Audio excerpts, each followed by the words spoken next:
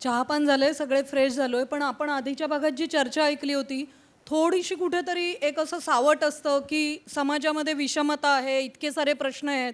सध्या राष्ट्रावर म्हणजे बॉर्डरवर जाऊन बंदुका चालवणं एवढाच राष्ट्रवाद मानला जातोय. त्या सगळ्यांना गिरीश सरांनी सांगितलेली आठवण कायम आपण इथून घेऊन जाऊ शकतो, की देश म्हणजे या देशातली माणसं आहेत. फक्त बंदुका चालवणं बॉर्डरवर जाऊन आणि आत्ताचा सांस्कृतिक राष्ट्रवाद जो काही सांगितला जातोय तो नाही आहे. ही सगळी आठवण आहे. पण एक दुःखाची किनार कुठेतरी चळवळींना, आंदोलनांना किंवा जसं सर म्हणतायत मनोरुग्णांच्या सगळा जो कलंक मानला जातो याला आहे का? असे प्रश्न निर्माण झाले असतील. उल्काताईंचा लेख वाचत होते, त्याच्यातला एक पॅरेग्राफ वाचून दाखवते आणि पुढच्या आपल्या चर्चेला सुरुवात करूया. लोकलढ्यांना शेवट नसतो. शोकांत तर नसतो, कारण समाज जीवनात समाजातले दुःखच एका नव्या आशेला जन्म देत असते. ते दुःख दूर करण्याची आशा, सुखाकडे आणखी एक पाऊल टाकण्याची आशा असते. ही आशा सामाजिक इतिहासात नेहमीच नवी सुरुवात करून देत आली आहे. आणि आज या तिघांनीही पुन्हा एकदा हाच विश्वास आपल्याला दिलेला आहे. तरुणांमध्ये ही आशा जागवण्यासाठी त्यांची जी कमिटमेंट आहे ती आपण समजून घेतोय. आनंद सर ही सगळी कमिटमेंट समजून घेतोय, पण मला जे दिसतं आत्ता माझ्या आजूबाजूला 18 ते 25 वयोगटातल्या मुलांवर इंटरनेट, प्रायव्हेट कंपनी सगळेजण त्यांना टार्गेट करतात. भारतात एवढी मोठी संख्या आहे. नेटफ्लिक्सपासून वीडपासून चंगळवादाचं प्रत्येक आव्हान त्यांच्यासमोर आज उभं आहे. आणि अशा वेळी कोणतीही कमिटमेंट म्हटली, सामाजिक असा शब्द जरी आला तरी तुम्ही निगेटिव्ह आहात, तुम्ही विकास विरोधी आहात, असा ठप्पा सध्याच्या राजकीय चार्ज असलेल्या वातावरणात मारला जातोय. तर तुम्ही जी प्रेरणा सांगताय, म्हणजे आपण मगाशी जे बोलत होतो की विकास विरोधी आम्ही नाही आणि रचनात्मक काम आम्ही करतोय, हे तुम्ही या तरुण पिढीला कसं पटवून द्याल किंवा हा जो वसा आहे तो त्यांच्यापर्यंत कोणत्या शब्दात पोचवा? मी थोडासा आधीच्या भागातला अनुशेष भरून काढतो. शेवटचा प्रश्न राहिला होता आणि त्याला मी हा प्रश्न जोडून घेतो. बऱ्याच वेळेला आपण सगळे जे नागरी भागामध्ये आणि महानगरामध्ये राहतो त्या सगळ्यांना आपण जेव्हा ग्रामीण भागातल्या आणि अगदी तळागाळामध्ये काम करणाऱ्या या दोघांसारख्या व्यक्तींचे अनुभव आपण जेव्हा ऐकतो तेव्हा आपण खूप अंतर्मुख होतो आणि ते आपण होणं ही गोष्ट खूप गरजेची आहे. परंतु त्या अंतर्मुखतेचा आपण सकारात्मक वापर किती करतो आपण, म्हणजे इकडचे लोक, हे लोक नाही, हे तिथे काम करतात, हा माझ्यासमोरचा मोठा प्रश्न अशासाठी आहे की ह्यांनी जो आपल्याला त्यांचा संघर्ष सांगितला तशा तऱ्हेचा एक अत्यंत सटल संघर्ष हा शहरी आणि महानगरी भागामध्ये काम करणाऱ्या कार्यकर्त्यांच्या समोरही खूप मोठ्या प्रमाणात असतो. तो आपण लक्षात घेत नाही. तो संघर्ष कुठला असतो तर तो संघर्ष जीवनशैलीचा आणि चंगळवादाचा असतो. म्हणजे ज्या वेळेला जिथं काही अत्यंत मोटिवेटेड माणसं ही नाही रे वर्गामध्ये जातात तिकडचा संघर्ष वेगळा असतो आणि जिथे तुमच्या आजूबाजूला खूप आहेरे दिसत असतात तिथे तुम्ही नाही रेसाठी काम करण्यातला संघर्ष हा खूप वेगळा असतो. आणि त्या संघर्षाची दखल जितक्या पद्धतीने घेतली जायला पाहिजे ती घेतली जात नाही. म्हणजे ह्या सगळ्यांचा ग्रामीण पातळीवरचा सगळ्या खेड्यांमधला अत्यंत आदरणीय लढा आहे. पण आज जेव्हा अर्बनायझेशन याच्यामध्ये पुढच्या 5 ते 10 वर्षामध्ये हा 2/3 भारत हा अर्बनाइज्ड होणार आहे तेव्हा मग अर्बन या महानगरामधल्या परिवर्तनाच्या चळवळीचं काय, हा प्रश्न इथं बसलेल्या सगळ्यांनी लक्षात घेणं फार गरजेचं आहे. मग आता तिकडे सगळ्यात मोठा संघर्ष कसला आहे तर मी जीवनशैली कशी घेणार, मी माझ्या जीवनशैलीमधला चंगळवादाचं काय करणार, माझ्या आजूबाजूच्या प्रवाहामध्ये असलेल्या लोकांच्या जीवनशैलीबरोबर माझी तुलना करण्यात आली तर मी त्याला तोंड कसा देणार, फार महत्त्वाचे मानसिक संघर्ष आहेत. आणि म्हणून महानगरामध्ये ज्या वेळेला स्वतःच्या पलीकडे बघण्याचा विचार येतो त्याला खूप मोठा आंतरिक संघर्ष करावा लागतो. ही गोष्ट लक्षात घेतलं पाहिजे. म्हणजे दोन्ही तऱ्हेचे संघर्ष असतात. म्हणजे ह्या सगळ्या कार्यकर्त्यांचाही आंतरिक संघर्ष आहे पण तिथे तिकडची परिस्थिती आणि आज महानगरातली परिस्थिती की ज्याच्यामध्ये माझ्या आजूबाजूला मी माझ्या पलीकडे जाऊन काम करायचं असं म्हणतोय आणि मग माझ्या असं लक्षात येतं की हाच वेळ जर मी माझ्या स्वतःच्या व्यावसायिक प्रगतीसाठी आणि जास्त पैसे मिळवण्यासाठी जर वापरला तर मला खूप सारी सुखं मिळणार आहेत. मग मी का म्हणून करायचं, इतरांसाठी मी कामच का करायचं. त्यामुळे मला असं वाटतं की महानगरामधल्या परिवर्तनाच्या चळवळीचा नव्याने विचार आणि मांडणी होण्याची गरज आहे. कारण तो संघर्ष जो आहे तो संघर्ष आपण जर आज नीटपणे मांडला नाही, टिपला नाही आणि त्याच्यावरती आपण जर काम केलं नाही तर मग झपाट्याने अर्बनाइज होणाऱ्या भागामधून आपण त्या कार्यकर्त्यांची साखळी कशी तयार करणार. त्यामुळे मला वाटतं हा एक खूप महत्त्वाचा संघर्षाचा भाग आहे जो सगळ्यांनी आपण लक्षात घेतला पाहिजे. हा एक मुद्दा मला मांडायचा आहे. मग दुसरा जो मुद्दा आहे की तरुण पिढीच्या वरती आपण शिक्के मारावेत असं मला अजिबात वाटत नाही. आणि याच तरुण पिढीच्या मध्ये अनेक अतिशय बुद्धिवान आणि या समाजासाठी काम करणारी सुद्धा महानगरातले लोक आहेत ज्यांना दुर्दैवाने समाज आणि माध्यम आपल्यासमोर आणत नाही. म्हणजे आपलं वेदसारखं व्यासपीठ त्याचसाठी आहे की आपण सर्व तऱ्हेच्या या तऱ्हेच्या लोकांना समोर आणतो. मग आता काय होतं की आपण जनरलाइज करून टाकतो की आजकालची ही शहरातली तरुण पिढी ही चंगळवादीच आहे. मला वाटतं की हे फार ग्रॉस आपण जजमेंट पास करतोय. ते शहरातल्या तरुण पिढीच्या त्या तरुणाईतल्या एका मोठ्या गटावरती अन्याय करणार आहे. कारण शहरातली जी तरुणाई आहे ती फक्त उच्च मध्यमवर्गातली आणि मध्यम वर्गातलीच आहे असं कोणी सांगितलं आहे. आपल्या ठाणे शहरामध्ये एकलव्यसारखा जो गट आहे त्यातून तयार झालेले जे तरुण तरुणी ज्यातले काही मला आज दिसत आहेत हे सगळे या महानगरामधले उद्याचे आणि आजचे कार्यकर्ते नाहीत का. यांची शक्ती वाढवण्यासाठी आपण काय करतोय. शक्ती म्हणजे मानसिक, भावनिक. तर याच्यावरती आपण खूप खूप साकल्याने विचार करणं गरजेचं आहे असं मला वाटतं. आणि माझी अशी खात्री आहे की प्रत्येक ठिकाणी अशा तऱ्हेचे प्रत्येक स्तरामध्ये आहेत विद्यार्थी तरुण की ज्यांना स्वतःच्या पलीकडे जायचं आहे. त्यांना प्लॅटफॉर्म तयार करून देणं ही गोष्ट खूप गरजेची आहे आज. कारण नाही तर मग काय होईल की आजूबाजूच्या वातावरणामध्ये मला एकट्यालाच प्रवाहामध्ये हात घालताना कदाचित खूप लवकर वैफल्य येईल. पण त्याची जर आम्ही फळी तयार करू शकलो तर ते वैफल्य येण्याची शक्यता कमी आहे. त्यामुळं अशा तऱ्हेची व्यासपीठं ही अगदी सोशल मीडियाचा वापर करून करणं हे शहरामध्ये खूप गरजेचं आहे. मी तर अजिबात सोशल मीडियाला शिव्या वगैरे देणार नाही. शेवटी तुम्ही कसं वापरणार त्याच्यावरती आहे ना सगळं. चांगल्यासाठी खूप सारे युजेस सोशल मीडियाचे मी आज झालेले पाहतोय. मग ह्याच्यावरती सामाजिक परिवर्तनाचा एक भाग म्हणून या शहरी आणि महानगरी तरुणांच्याकडे वेगळ्या विचाराने पाहायला पाहिजे. आणि ना त्यातल्या प्रत्येकाने पूर्णवेळ कार्यकर्ता व्हायची गरज नाही आहे. म्हणजे एक साधी गोष्ट आहे की माणसाच्या इतिहासामध्ये झोकून देणाऱ्या माणसांची संख्या ही नेहमीच कमी राहिली आहे. त्याला सांप्रत काळसुद्धा अपवाद नाही. झेलणारे किती हा महत्त्वाचा मुद्दा आहे. म्हणून झोकून देणारे हे प्रत्येक पिढीत आणि प्रत्येक वास्तवामध्ये तयार होतच असतात. झेलणाऱ्यांची संख्या वाढवा हे आज आपल्याला करायला पाहिजे. आणि झेलणाऱ्यांची संख्येचा अर्थ काय की संपूर्ण समाजाची संवेदनशीलता आपण जोपर्यंत नव्याने जागवत नाही तोपर्यंत झेलणाऱ्यांची संख्या कधीच वाढणार नाही.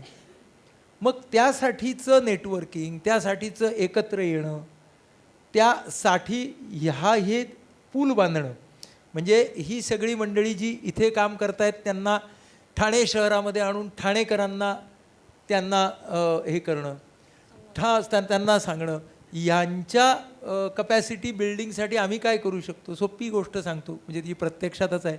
स्नेहालयाच्या कार्यकर्त्यांसाठी IPH ट्रेनिंग प्रोग्राम घेते.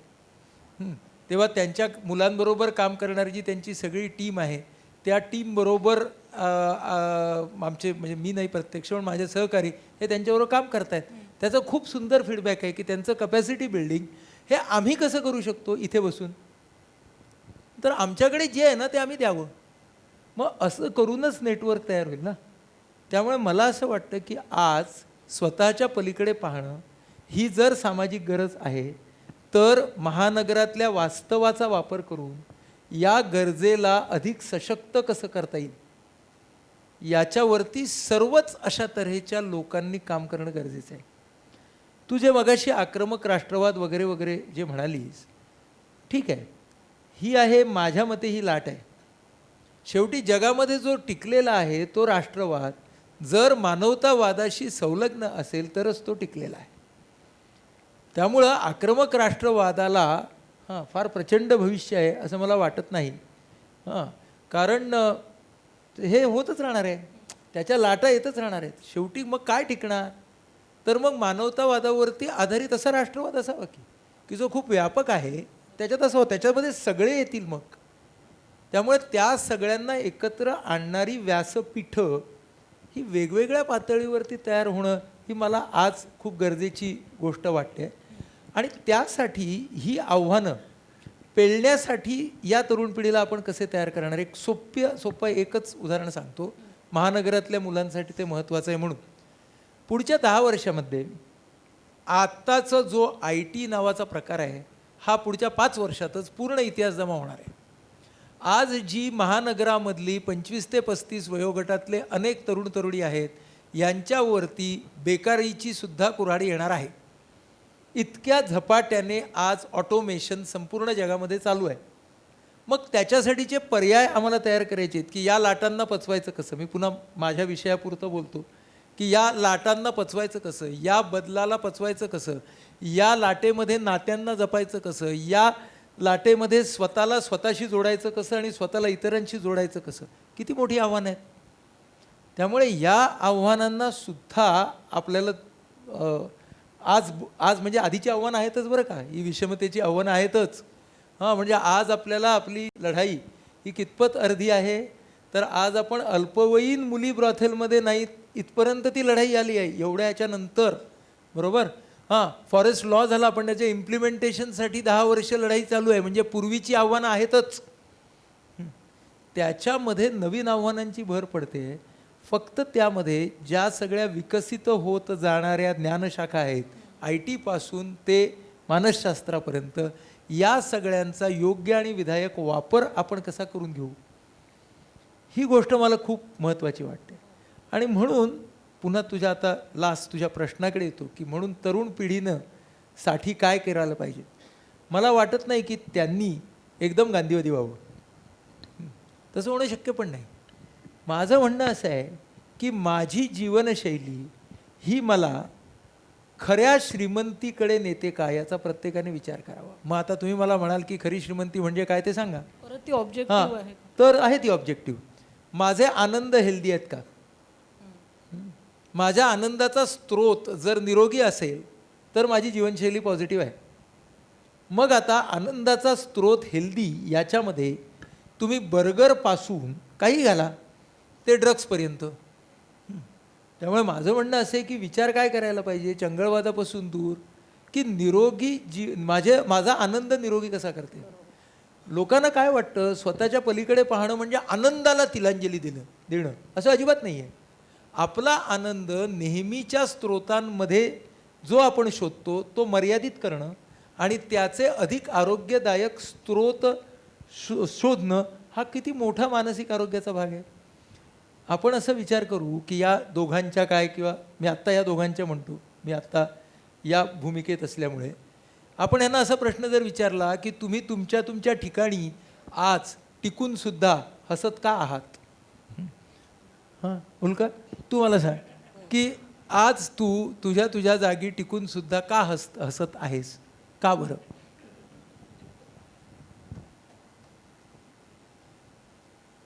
या प्रश्नाचं उत्तर खूप मोठं आहे, म्हणजे थोडक्यात एक्सपेक्ट करू नका.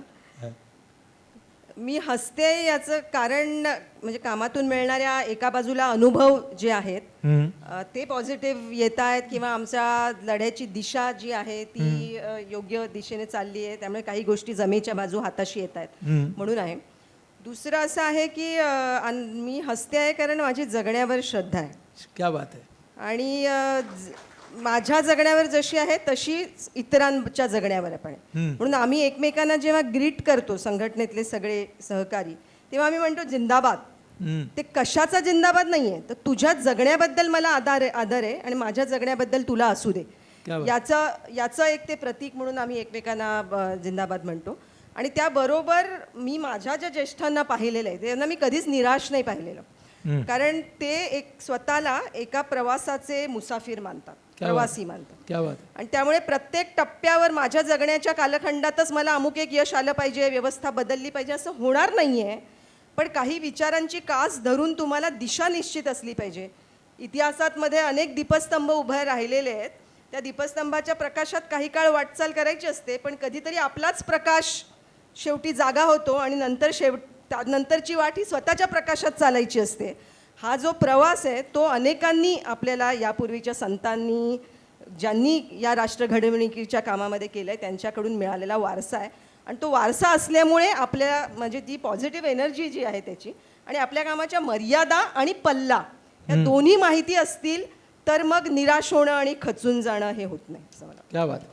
हां आता बघा आता हिनं जे आत्ता सांगितलं त्याच्यामुळे ती टिकून आहे. आता हे तरुणांना सांगायचं आहे हेच हेच ह्याच्यापेक्षा वेगळं काय तरुणांना सांगायचं आहे की असं टिकून राहता येतं आणि असं टिकून सुद्धा मस्त जगता येतं. म्हणजे मला काय वाटतं समाजाच्या परिवर्तनाचा एक बोजा माझ्यावरती वगैरे घेऊन राहण्यात काही पॉईंट नाही.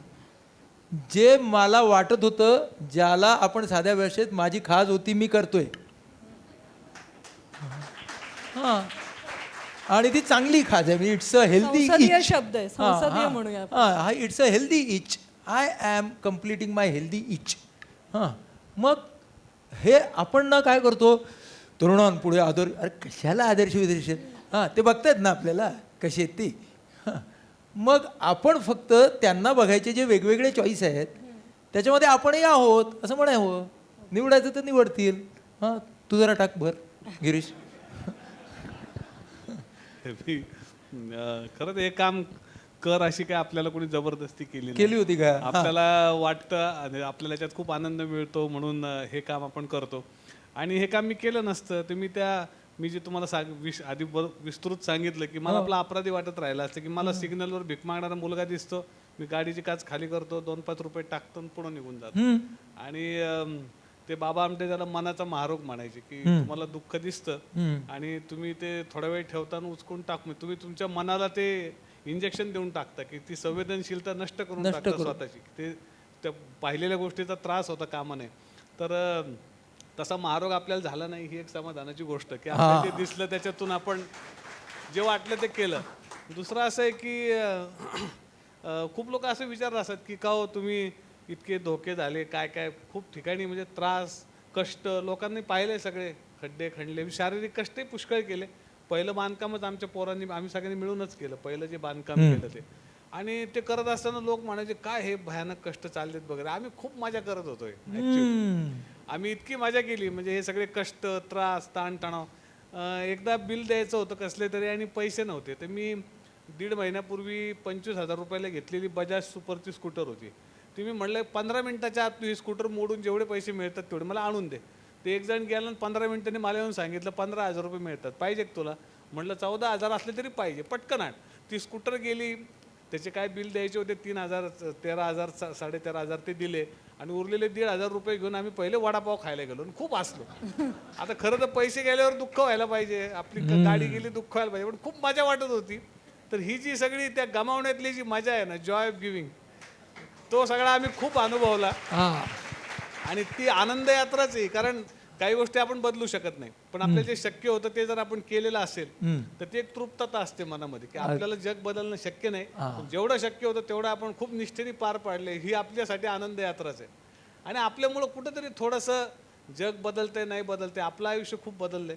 बस खूप महत्वाची गोष्ट हीच आहे. त्याच्यामुळे आनंद आणि हास्य राहणारच. हे मला वाटतं हा संदेश तरुणांसाठी महत्त्वाचं काय आहे मस्तीत जगता येतं आणि मस्त मस्ती असते. याच्या पलीकडे आपल्या येण्याने आणि जाण्याने समाजावरती किती परिणाम होईल आणि समाज किती बदलेल, हां, या भानगडीत पडायचं कारण नाही. प्रत्येकाने आपलं क्षेत्र निवडावं आणि निरोगी आनंदाचे स्रोत घेत घेत स्वतःच्या पलीकडे पाहावं. बरोबर. हां, हे आपल्याला ना आज आपण नको तेवढे या तरुण पिढीला भयंकर मूल्य फिल्ले देतो. हे काय आहे? हां, सरळ सांगा ना की ही पण जगण्याची मस्ती आहे, मस्तीत जगा. हा म्हणाल तसा, लोक बदलतील नाही बदलतील, मी बदललो. म्हणजे आपल्याला ना आपली संवादाची भाषा आणि संवादाचे मुद्दे बदलल्याशिवाय, मुद्देसुद्धा हे आत्ता ह्यांनी सांगितले ते मुद्दे आहेत आजच्या संवादाचे. त्यासाठी ना प्रचंड असे जडजंबाळ शब्द वापरले. आजकालची पिढी त्या शब्दांना कंटाळली आहे आणि तेच रिऑटिक तुम्ही जर परत त्या पिढीच्या पुढे मांडलं तर मग ते तुम्हाला तिथेच नेऊन बसवणार जे टेलिव्हिजनवरून सारखे बोलत असतात ते. तेव्हा मला वाटतं हे इट्स सो सिम्पल, तर त्यामुळे we keep it simple. Okay. हां, आणि मग अशा छोट्या छोट्या ज्योती लागणं मजेत जगण्याच्या. आता हिनं संतांचा रेफरन्स दिला उल्काने. ज्ञानेश्वरांनी फार सुंदर सांगितलं आहे की एक ज्योत असते आणि ती दुसऱ्या ज्योतीला लावते. दोन्ही ज्योती पेटत असताना आधीची कुठली आणि नंतरची कुठली कळत नाही. मग परिवर्तन झालं, एका ज्योतीची दुसरी ज्योत निर्माण झाली. दोघांचा प्रकाश इज मोर दॅन एकाचा प्रकाश. झालं ना, तेवढा अंधार दूर झाला. मग आपल्यापुढे नेहमी चॉईस असतो की आपण अंधाराचा भाग राहायचं का स्वतःची ज्योत बनवायची. हा चॉईस असतो. ह्या लोकांच्या सारखी माणसं तो चॉईस घेतात आणि त्याच्याबद्दल खंत करत नाहीत.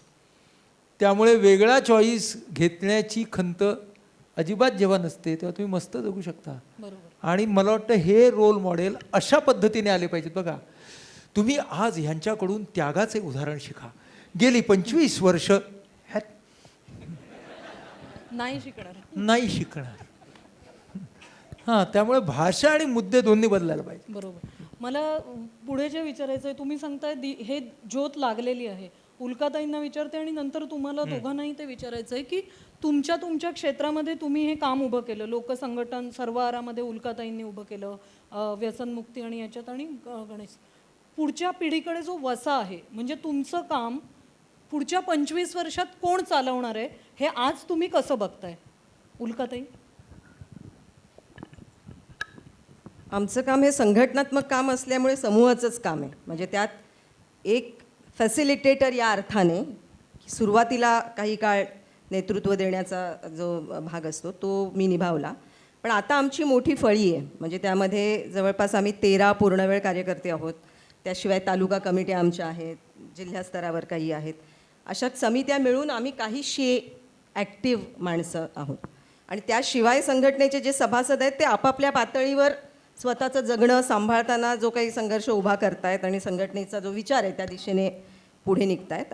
ही सगळी एक मोठी बांधिलकी आहे. पण त्याशिवाय देशभरातून वेगवेगळ्या ठिकाणचे विद्यार्थी येत असतात. फक्त त्यात एक आहे की ते विद्यार्थी येतात, समजून घेतात, भारावून जाऊन परत जातात. पण लोकसंघटना या क्षेत्रात उतरण्यासाठी जी जिगर पाहिजे म्हणा किंवा जे धोके अंगावर घेतले पाहिजेत त्याची अजून आपल्या समाजामध्ये सुद्धा, म्हणजे सेवेचं खूप आकर्षण आहे. सेवाभावाला एक स्थान आहे आदराचं समाजामध्ये. संघर्षाला ते स्थान नाही आहे. संघर्ष करणाऱ्यांना मग विकास विरोधक ठरवलं जातं किंवा तुम्ही वेगळंच काहीतरी भाषा बोलताय असं म्हणून बाजूला टाकलं जातं. तर तो एक धोका समोर आहे. पण तसं असतानाही वेगवेगळ्या क्षेत्रातली तरुण मुलं येत आहेत. जर्नालिझममधली येत आहेत, टाऊन प्लॅनिंगमधली येत आहेत, आर्किटेक्चरमधली येत आहेत. मगाशी डॉक्टर नाडकर्णी म्हणाले तसं या सगळ्या मुलांना मी तेच सांगतो, तुम्ही पूर्णवेळ कार्यकर्ता होण्याची काहीच आवश्यकता नाही. तुम्ही तुमच्या क्षेत्रात तुमच्या कामाचा जो गाभा ज्याला आपण म्हणू की काही मूल्यांवर आधारलेला आहे त्या मूल्यांशी तुम्ही इमान राखणं, त्याच्याशी प्रामाणिक राहणं आणि देशाच्या संदर्भात बोलायचं झालं तर किमान म्हणजे जे काही मिनिमम ज्याला आपण म्हणू ती आहेत आपल्या संविधानातली मूल्य. त्याच्याशी जर तुम्ही निष्ठा बाळगणारे असाल तर तुम्ही ज्या क्षेत्रात आहात त्या क्षेत्रात तुम्ही काम केलं पाहिजे. आणि इथे मला ते समर हिलचं उदाहरणसुद्धा द्यावंसं वाटतं. एस नीलची जी शाळा होती समर हिल, त्यात ते नील असं म्हणतात की माझ्या शाळेतून गेलेला मुलगा मोठा शास्त्रज्ञ झाला, डॉक्टर झाला, इंजिनियर झाला, ही आमची यशाची मापकं नाही आहेत, हे मापदंड नाहीत. तर आमच्या शाळेतून बाहेर पडणारं प्रत्येक मूल हे आनंदी मूल आहे, काम काही करत असू देत. आणि ते एक जाणता नागरिक आणि आनंदी माणूस असणं हेच आमच्या शाळेचं उद्दिष्ट आहे. एस नीलचं वाक्य असं आहे, I would like my student to be a happy road sweeper rather than a neurotic politician. असं असं कोट आहे. तर त्या अर्थाने आम्ही येणाऱ्या सगळ्या विद्यार्थ्यांना सांगत असतो, आमचे तरुणांबरोबरचे उपक्रम अनेक वेगवेगळे चालतात. थिएटर ऑफ दी ऑपरेस्ट हा आमचा म्हणजे वंचितांचा शोषितांचा नाट्यमंच ही एक चळवळ आहे ज्याच्याशी आम्ही जोडलेलो आहोत. आम्ही एक शोषणमुक्ती शाळा चालवतो, ज्यामध्ये आम्ही शाळेतून शिकून बाहेर पडलेली किंवा आजही शिकत असलेली मुलं त्यांच्यासाठी इतिहास, विज्ञान, भूगोल, गणित, मानसशास्त्र, राज्यशास्त्र, अर्थशास्त्र, कायदा आणि संघटना बांधणी हे विषय शोषणमुक्ती हा गाभा ठेवून आम्ही रचलेत. आणि त्याचा एक दर महिन्याला 4 दिवस असं आमचं शिबिर चालतं. आणि त्या शोषणमुक्ती शाळेत अनेक मुलं येतात आणि त्याच्यातून तयार होतात. त्यांच्या जगण्याशी जोडलेलं जे शोषण आहे त्याच्यावर मात कशी करायची याचं शिक्षण त्या शाळांमधून आम्ही देतो. तर असे अनेक प्रयोग आणि उपक्रम आमचे चालू आहेत. सम्यक संवादतर्फे आम्ही एक फिल्म क्लब चालवतो, ज्यातून शहरातल्या मुलांशी आम्ही काही संवाद साधायचा प्रयत्न करतो आहे. तर यातून हे पुढे जाईल आणि पुढे जावं अशी अपेक्षा, माझी खूप आशा आणि अपेक्षा आहे ती निम शहरातून पुढे येणाऱ्या मुलांना. म्हणजे मुंबई पुण्यासारखी मोठी शहरं यांचं एक वेगळं त्याचं काय त्याची स्ट्रेंथ वेगळी आहे आणि त्यांचे प्रॉब्लेम्स पण वेगळे आहेत. पण जी छोटी शहरं आहेत त्या शहरांमधल्या तरुणांचा जो जीवन संघर्ष आज चालू आहे, म्हणजे त्यांच्या आईवडिलांचा एक पाय शेतीत आहे, एक पाय कुठल्या तरी कामात आहे किंवा छोट्या दुकानदारीत वगैरे आहे, त्यांचे जीवन संघर्ष ते अनुभवत आहेत. त्याबरोबर तंत्रज्ञानाची घोडदौड बघतायत आणि या दोन्हीमध्ये ताळमेळ घालत ते जे जगण्याचा मार्ग शोधतायत ना, मला ह्या मुलांकडून प्रचंड आशा आहे. आणि ही तरुण मुलं नक्की या समाजाला आणखीन पुढे नेणार. आणि ती फक्त चंगळवादी आहेत वगैरे, तुम्ही डॉक्टर नाडकर्णी म्हणाले त्याच्याशी मी सहमत आहे की असं कोणत्याच जुन्या पिढीने तरुण पिढीवर हे आरोप करू नयेत. कारण प्रत्येकच पिढीत या दोन्ही गोष्टी असणार आहेत. आणि ते असताना फक्त आजची पिढी जास्त सजग आहे, जास्त बोलकी आहे, त्यांच्यावर इनिबिशन्स कमी आहेत. माझ्या पिढीवर ज्या प्रकारची दडपणं होती ती त्यांच्यावर नाही आहेत. वरिष्ठांना ज्येष्ठांना प्रश्न विचारण्याची त्यांची धमक ही आमच्या पिढीपेक्षा खूप जास्त आहे. कारण त्यांच्या हातात एक मोबाईल नावाचं जे जादूचं यंत्र आहे, त्याच्यामध्ये त्यांना खूप गोष्टी बघायला, तपासायला, जोखायला मिळतात. त्याचे बरे वाईट दोन्ही परिणाम आहेत. पण त्यामुळे अनेक गोष्टी तपासण्याची जी संधी त्यांच्या हातात आलेली आहे, मला वाटतं ती खूप मोलाची गोष्ट. आणि या जमेच्या गोष्टी म्हणून तरुण पिढीकडे बघायला पाहिजे. आणि आत्ता त्या भागामध्ये बाहेरून येऊन तिथे गेलेली अशी मी एकटीच आहे. बाकी माझे सगळे सहकारी हे स्वतः शेतकरी, शेतमजूर आहेत.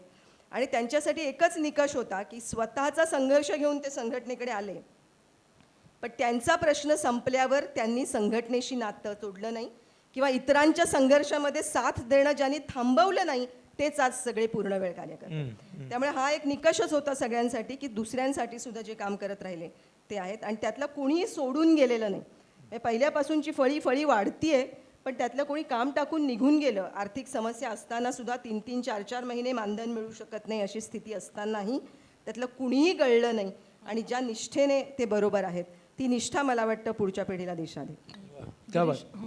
मला ना फक्त एक छोटीशी पुस्ती आत्ता उल्का जे म्हणाली त्याला जोडायचे. मला पण देशभर फिरताना असं वाटतं की पुढचं नेतृत्व हे महानगरांपेक्षा छोट्या शहरांमधून आणि गावामधूनच येणार आहे. आणि ते मुलांचं असू दे आणि मुलींचं खास करून.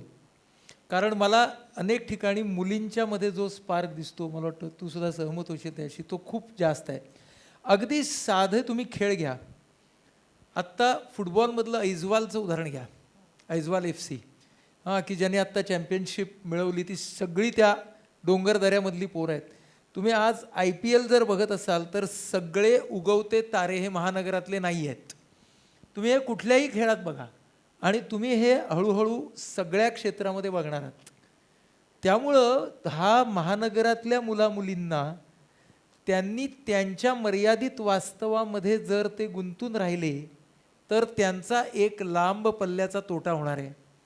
म्हणून त्यांनी आता त्या वातावरणाबरोबर जर पूल जोडला तर दोघांना त्यांच्या त्यांच्या स्ट्रेंथ्स या निश्चितपणे वाटता येणार आहेत.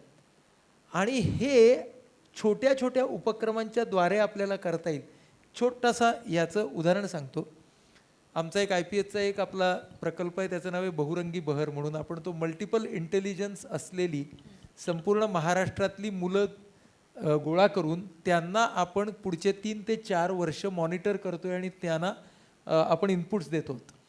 तर आत्ताच त्याचा आमची जी 50 मुलं आहेत तर ती महानगरातली आहेत, जिल्हा आहेत, तालुका आहेत आणि खेड्यातली आहेत.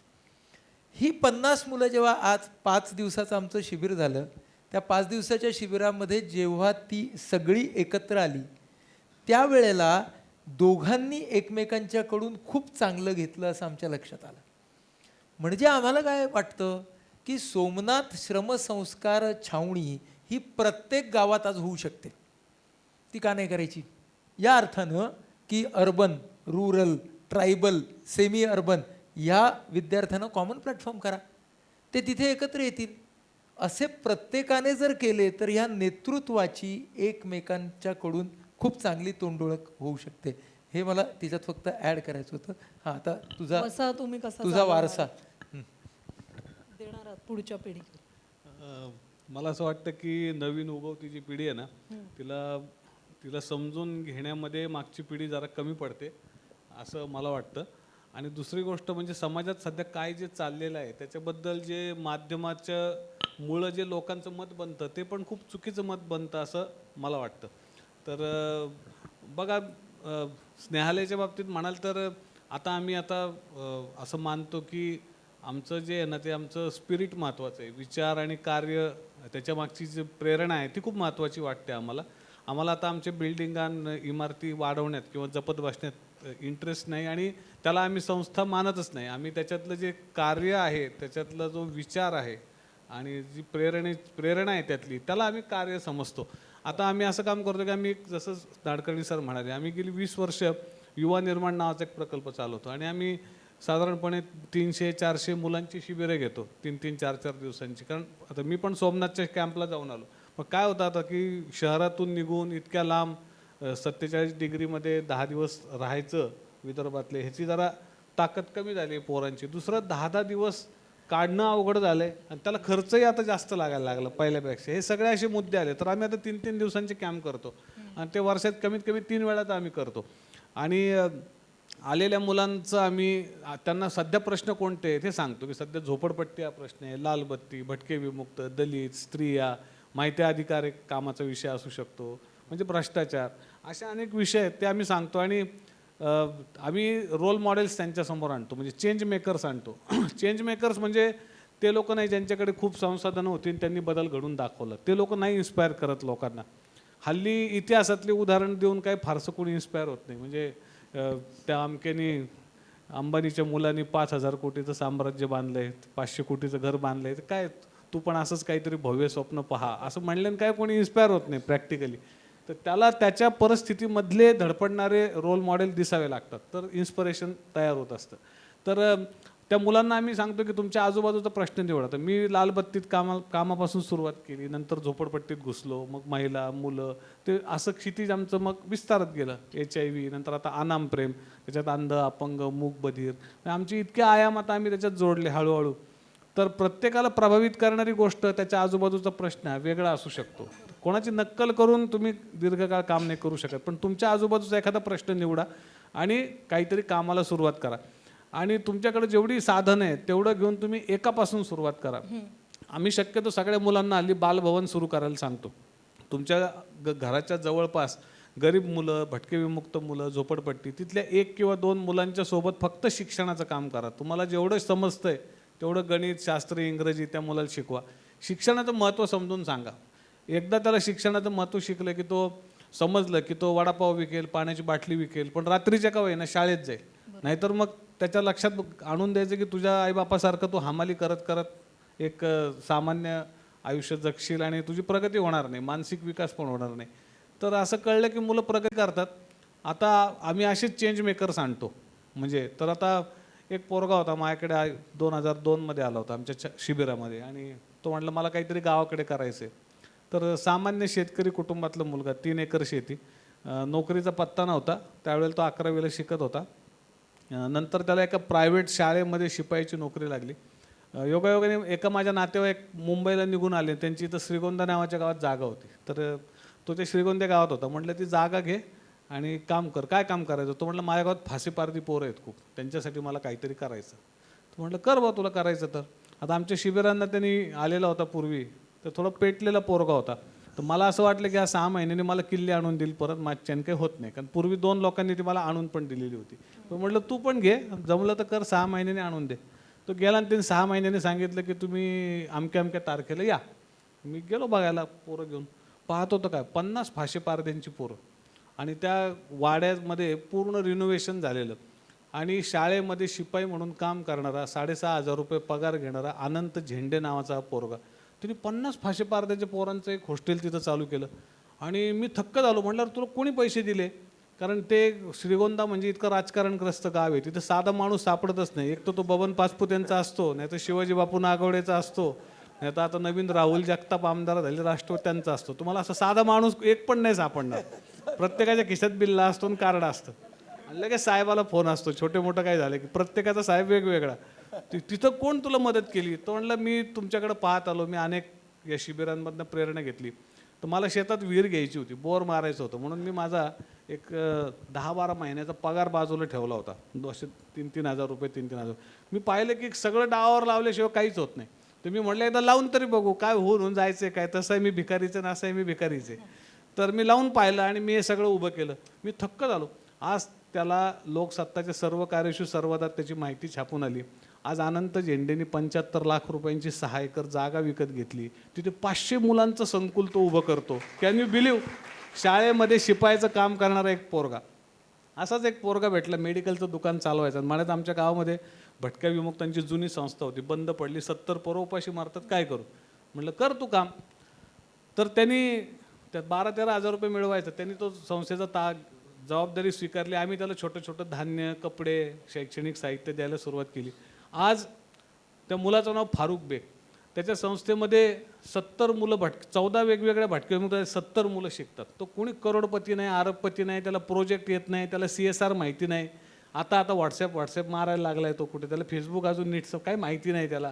तो त्याच्या धडपडीतून धान्य गोळा करतो, लोकांना आणतो, काम दाखवतो, छोटी छोटी मदत गोळा करतो. आणि पलीकडे असाच एक आमच्याबरोबर काम करणारा अनिल कुडिया, मेहतर समाजाचा मुलगा, माझ्याबरोबर काम करायचा. आमचा ट्रस्टी होता खूप वर्ष, पुण्याला गेला. आणि त्याचं ते कार्यकर्ता पण त्याचं गप्प राहू द्याय ना, त्याला सगळं घरबीर झालं, पुण्यात सेटल झालं. तो म्हणला मी फार अस्वस्थ आहे, मला काहीतरी करायचं आहे. कर. मग त्यांनी पुण्यातले ड्रग ॲडिक्ट मुलांसाठी काम सुरू केलं. म्हणजे आता हल्ली सगळ्यात ती व्हाईटनरची नशा करणारे खूप पोरं आहेत पुण्यामध्ये, स्टेशनवर आहेत, पुण्याच्या लालबत्ती भागात आहेत. आता त्यांनी कर.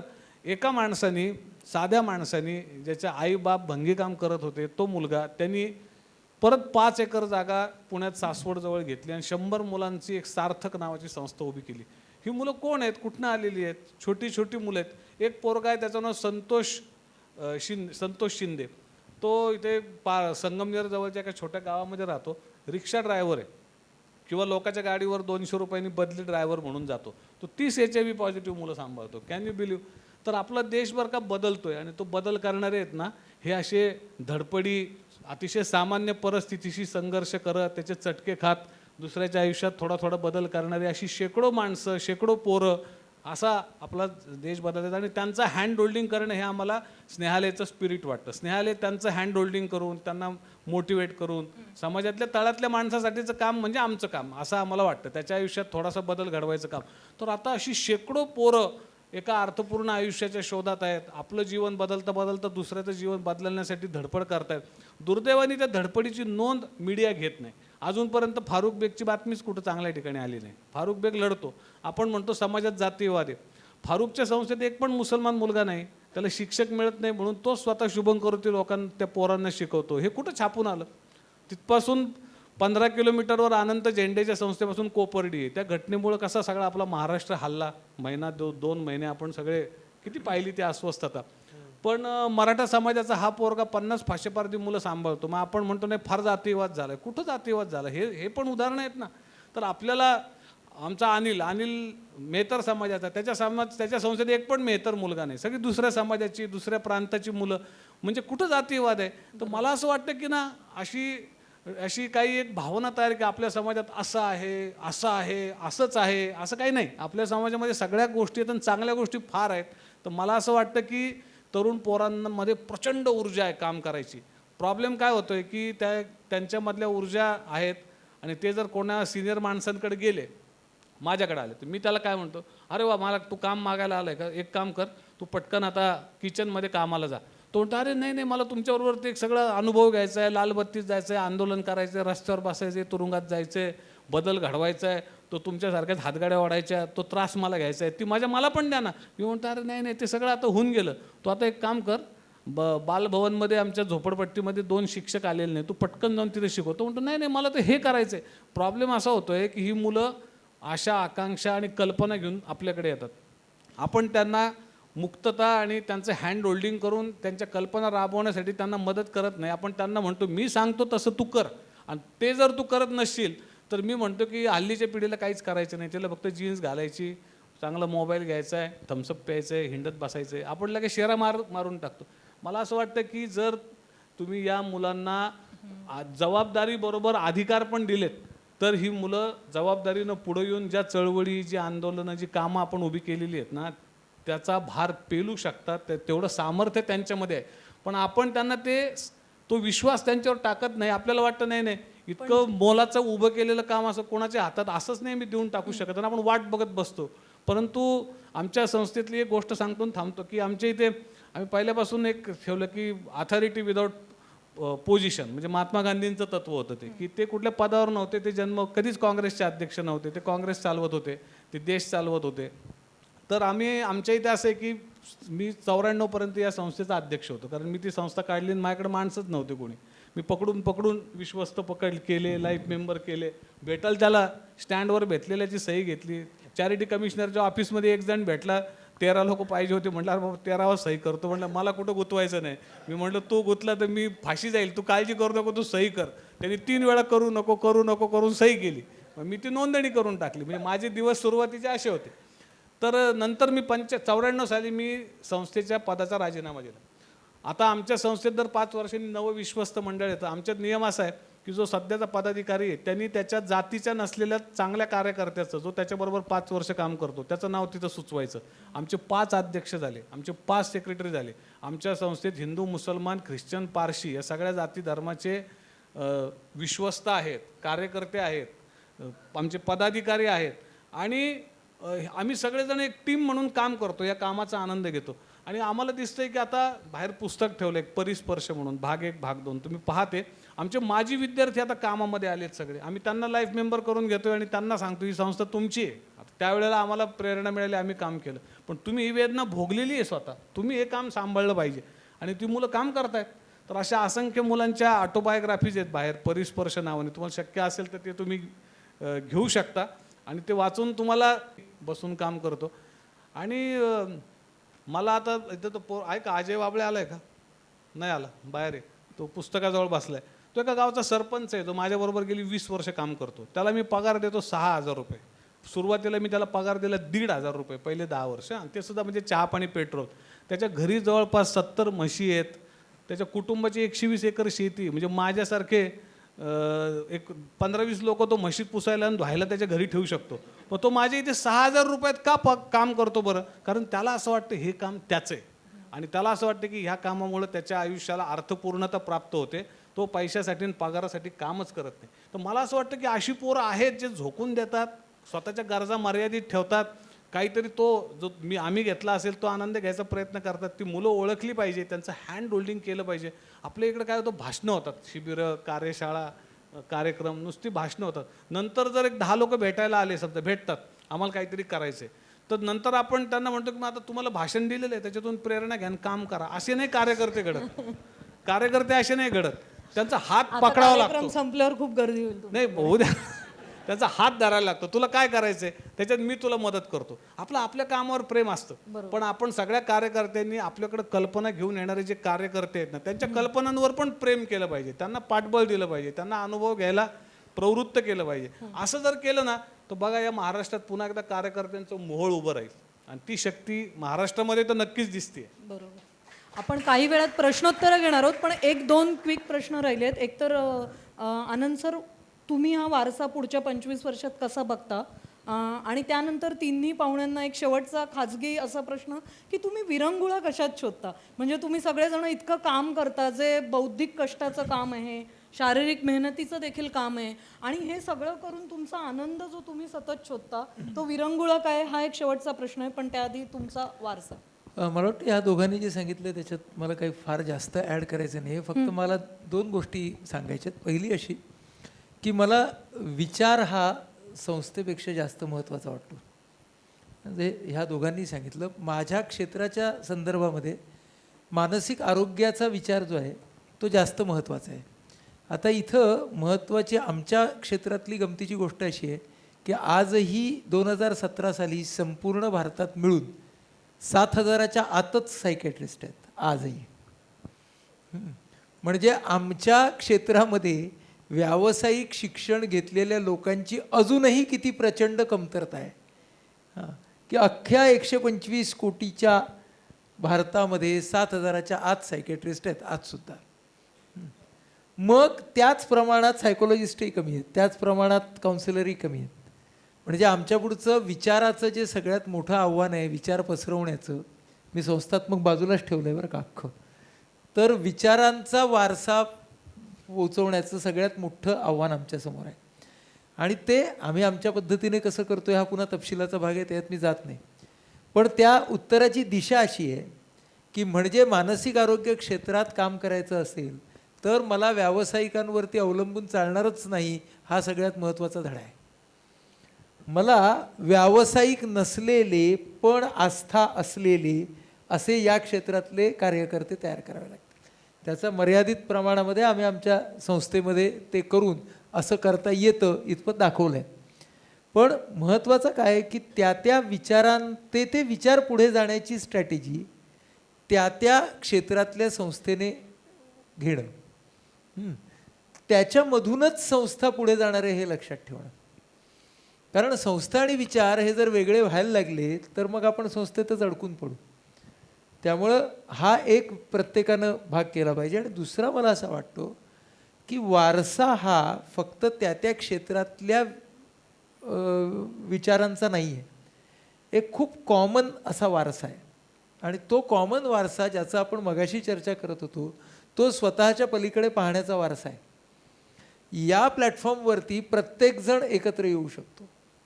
त्यामुळे वारसा हा संस्थेपुरता अगदी आपल्या ज्ञानशाखेपुरताही मर्यादित न ठेवता सगळ्यांचा लसावी काय, तर स्वतःच्या पलीकडे जाणं, त्या जाण्याच्या वेगवेगळ्या वाटा, हा सगळ्यांचा खरा वारसा आहे. त्यामुळे कॉमन वारशाकडे येणं ही गोष्ट खूप महत्त्वाची आहे. त्यामुळे तेवढी आपण लक्षात ठेवून मग त्याच्यात आपापले वारसे काय असतील ते शोधावे. उल्काताई, विरंगुळा कशात शोधता? बौद्धिक, आम्हाला माहिती आहे तुम्ही खूप छान जेवण करता, गार्डनिंगची आवड आहे, तर क्विक आपण तरुणांना ती पण बाजू सांगूया. गाणं तर आहेच त्यांचं प्रसिद्ध. विरंगुळा खूप गोष्टींमध्ये मला मिळतो. म्हणजे मला खूप छान वेगवेगळे रंग वापरायला आवडतात आणि ते रंग वापरणं याच्यातूनच एक आपल्याला आतून सुद्धा ऊर्जा मिळत असते. त्यामुळे त्या अर्थाने वेगवेगळ्या रंगांचा आनंद घ्यायला आवडतो. गाणी ऐकायला, म्हणायला खूपच आवडतं. म्हणजे जेव्हा संधी मिळेल तेव्हा इथे अनेक जण असतील की आम्ही रात्री गाणी म्हणण्यात घालवलेलं. नाचायला खूप आवडतं आणि आदिवासींमध्ये नाच हा त्यांच्या जगण्याचा एक भाग आहे.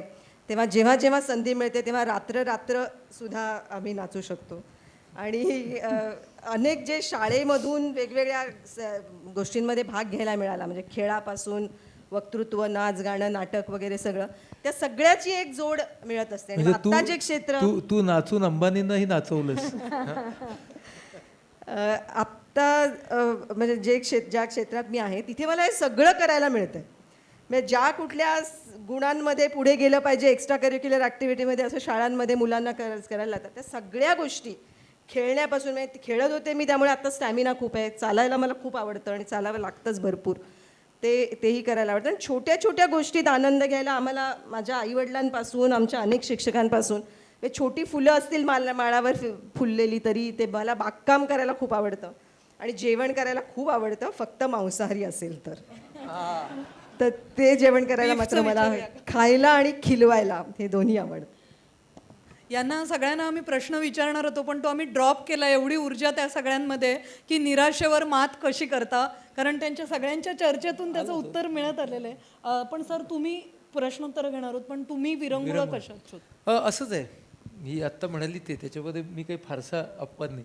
मी सुद्धा अशा बऱ्याच तुमचं तर गोष्टी करत वाचन असतो. लेखन तुम्ही स्वतः एवढं सगळं क्रिएटिव्ह रायटिंग जे केलं एकच सांगतो, चेकॉव नावाचा एक रशियन मोठा एक साहित्यकार होता.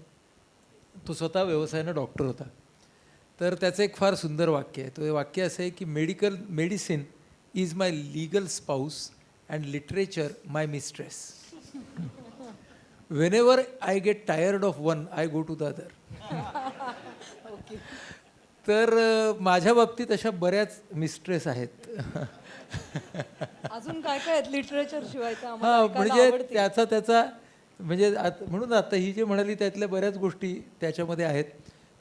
मी स्केचेस करतो, म्हणजे मी गाणं म्हणजे मी कविता लिहितो, पण त्या वेदच्यासाठी मी संगीतबद्ध करतो, गातो सुद्धा, तबला वाजवू शकतो, चित्र काढतो, वाचन आहेच, चित्रपट पाहणं आहे, बरंच काही आहे. म्हणजे मुद्दा काय माहिती आहे का, की आपण आपला विरंगुळा आहे ना, तो काय हा विरंगुळा म्हणून करू नये, तरच खरा विरंगुळा मिळतो.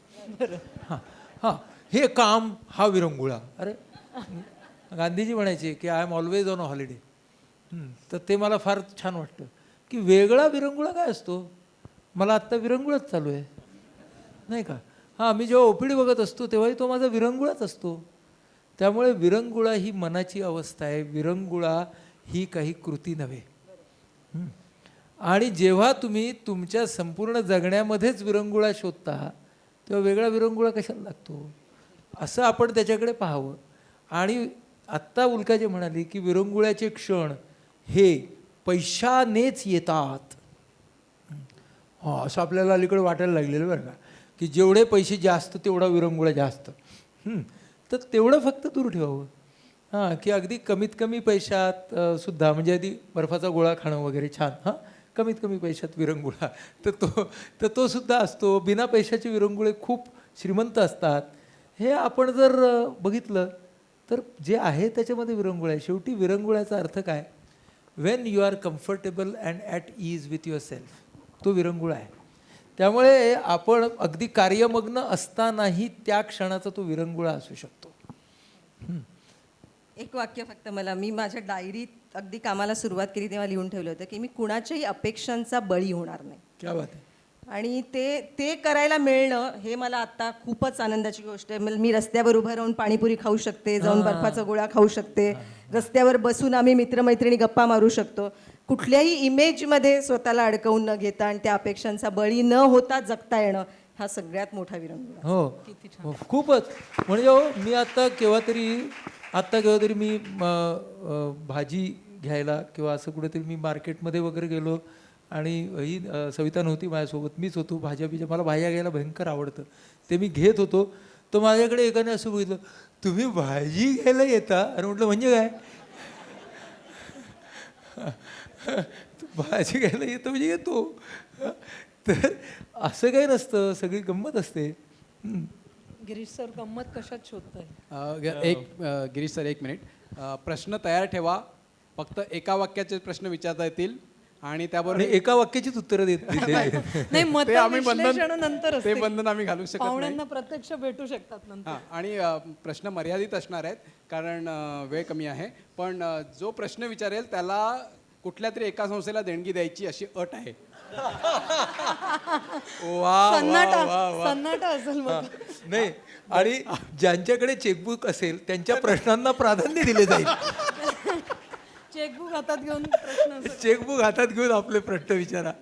गमतीचा भाग आहे तो. तेव्हा प्रश्न विचारायला हरकत नाही, पण कमीत कमी प्रश्न जास्तीत जास्त चांगल्या क्वालिटीचे यावेत यासाठी प्रश्न तयार ठेवा आणि तिथेच उभं राहून विचारा.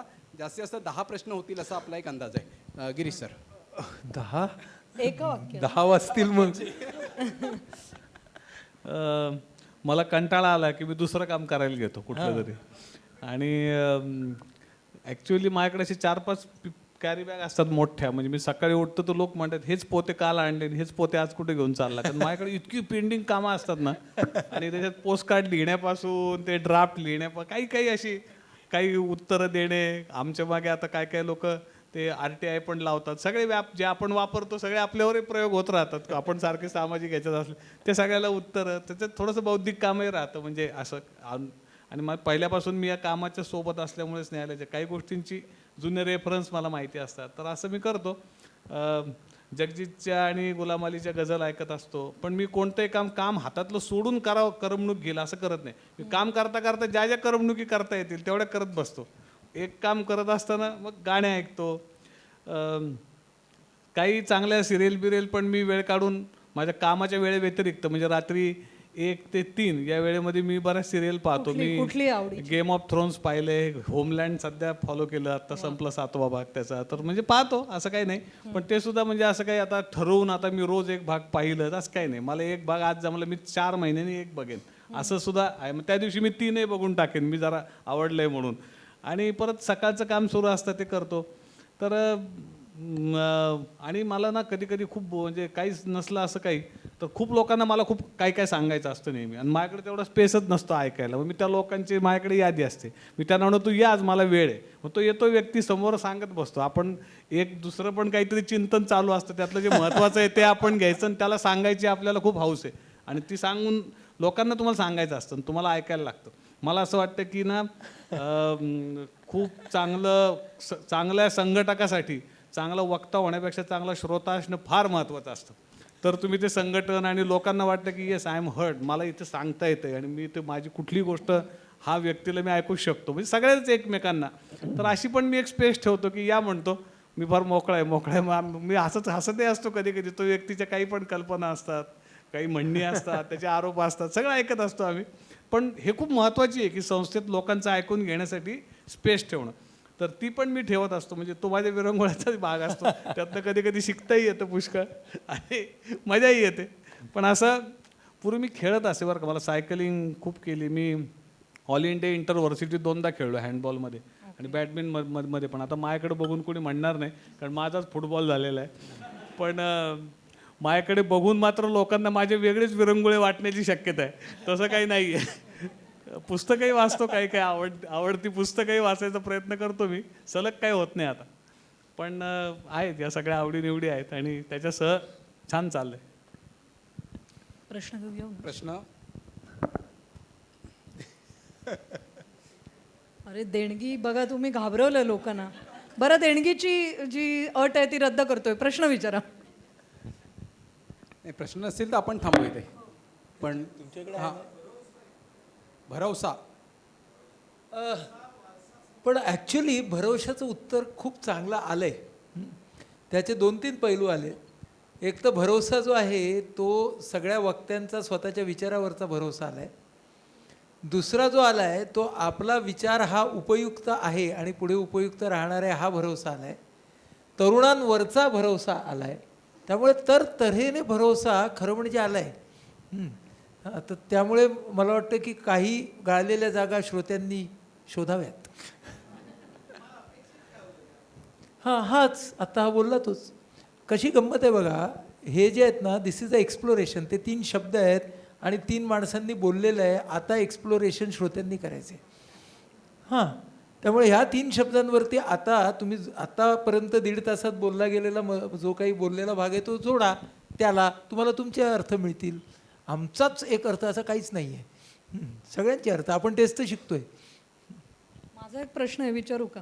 अँकर पलीकडे व्यक्ती म्हणून, की किती पैसे मिळवावेत आणि पैसे कसे खर्च करावेत हे तुमच्या लिडरशिपच्या लेवलवर व्यक्ती म्हणून तुम्ही कसं ठरवलं आणि कसं जमवलं तिघांनी पण?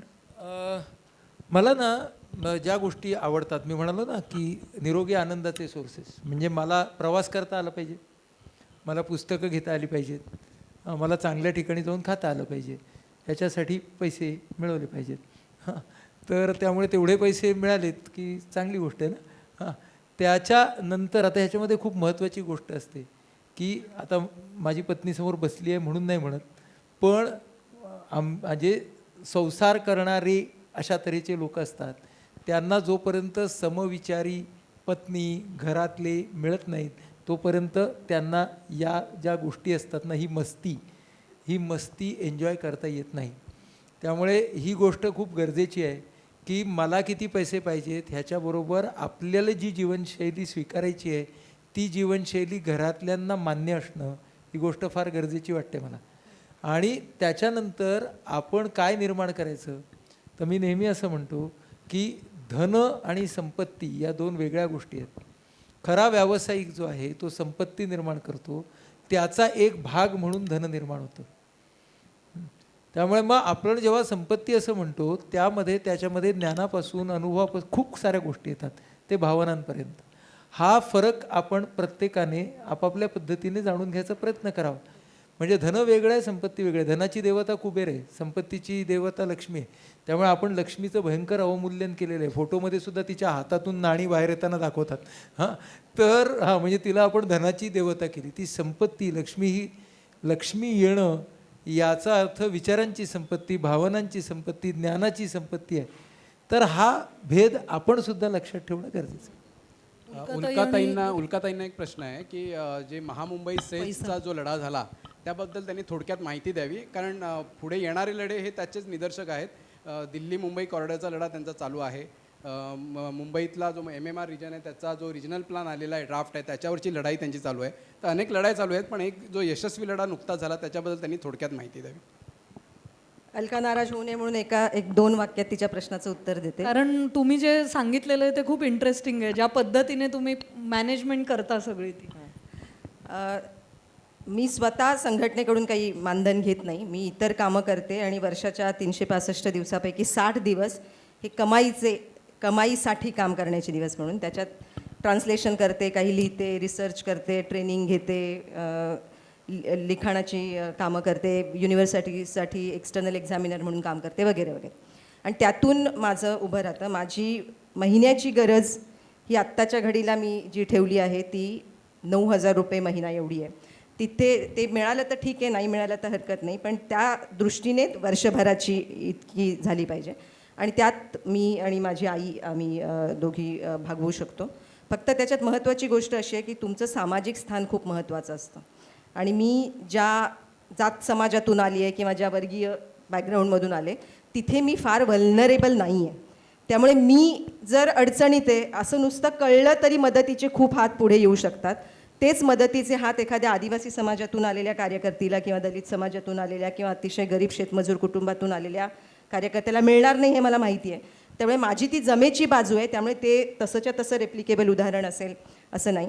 पण आम्ही आज जे काही काम करतो आहे आणि त्या लिखाणातून महाराष्ट्रभर जे पोचलं आहे त्याला खूप प्रतिसाद येत असतो. आणि वेगवेगळे लोक संघटनेसाठी तर देणगी देतातच, पण काही जणं व्यक्तिशः पाठवतात. म्हणजे धुळ्याहून एका बाईंचं पत्र आलं आणि त्यांनी 1,000 रुपयाची देणगीचा चेक पाठवला आणि सांगितलं हे तुझ्या संघटनेसाठी देणगी नाही आहे, तुला जर कुठे फिरायला जावंसं वाटलं, एखादं नाटक बघावंसं वाटलं, छानसं काहीतरी खरेदी करावंसं वाटलं स्वतःसाठी, तर त्यासाठी दिलेले हे पैसे आहेत. तर त्यांना मी म्हटलं माझ्या लिखाणातून मी एकटीच तुमच्यापर्यंत पोचले, पण आम्ही 13 जण असे आहोत जे आमच्या नेहमीच्या आवडीनिवडींना मुरड घालून काही करायचा प्रयत्न करतो. त्यांनी त्या 1,000चे 3,500 करून पाठवला आणि ते म्हणाले आता तुम्ही हे सगळेजण मिळून वापरा. पण असं व्यक्तिगत मदत करणारे सुद्धा अनेक लोक असतात आणि त्यांच्या सगळ्यांच्या प्रेरणेवर बळावर चालू असतं. पैसेही कधी अडचण होत नाही, आत्तापर्यंत झालेली नाही. म्हणजे तुम्ही मार्ग काढत राहिलात तर ते मिळत राहतात असा माझा अनुभव.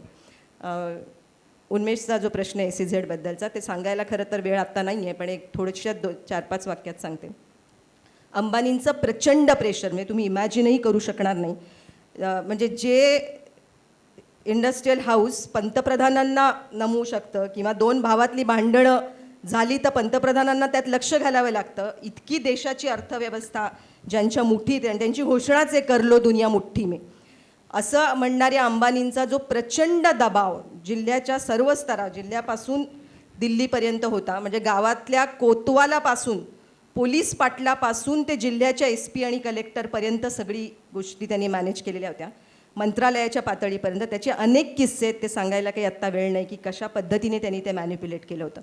आणि त्या वातावरणात आणि रायगड जिल्ह्यात 365 दिवस जमावबंदीचं कलम लागू असायचं. तुम्हाला पब्लिक मीटिंग्स परवानगीशिवाय घेता येत नाही, जाहीरपणे बोलता येत नाही. दलाल गावागावात होते. तुम्ही कुठेही बोलायला जाल तर कोणत्याही मीटिंगमध्ये दलाल कोणची संख्या किती आणि शेतकरी किती आहे तुम्हाला सांगताही येणार नाही. आणि ताबडतोब तिथून मोबाईलवरून मेसेजेस जायचे, सभेचा फोटो पाठवला जायचा, पोलीस तातडीने यायचे. या सगळ्या दबावाच्या वातावरणात म्हणजे आमच्याकडे पार्लमेंटरी कमिटी आली होती, तिला कसं पळवून लावलं याचा किस्सा मी त्या दिवशी बोलताना सांगितला, आत्ता वेळ नाही तो सांगायला. पण संसदीय समितीला सुद्धा मिसगाईड करू शकतात, इतकं प्रचंड दडपणाच्या वातावरणात SEZ विरोधी चळवळ उभी राहिली.